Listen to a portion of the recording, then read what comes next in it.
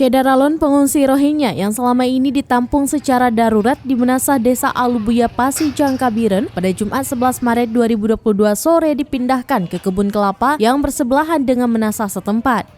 Sedangkan pengungsi wanita Rohingya sejak terdampar pada Minggu 6 Maret 2022 tetap ditampung di salah satu balai dalam komplek Menasah.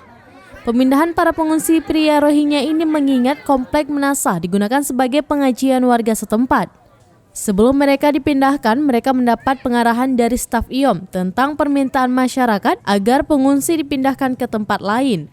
Puluhan warga desa mendirikan satu tenda di area kosong salah satu kebun kelapa untuk para pengungsi menginap.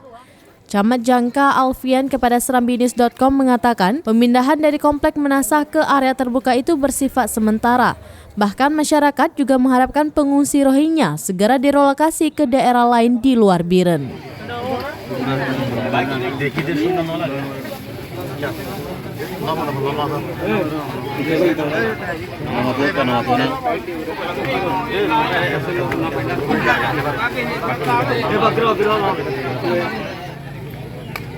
Dari Biren, Yusmandin Idris, Serambi On TV.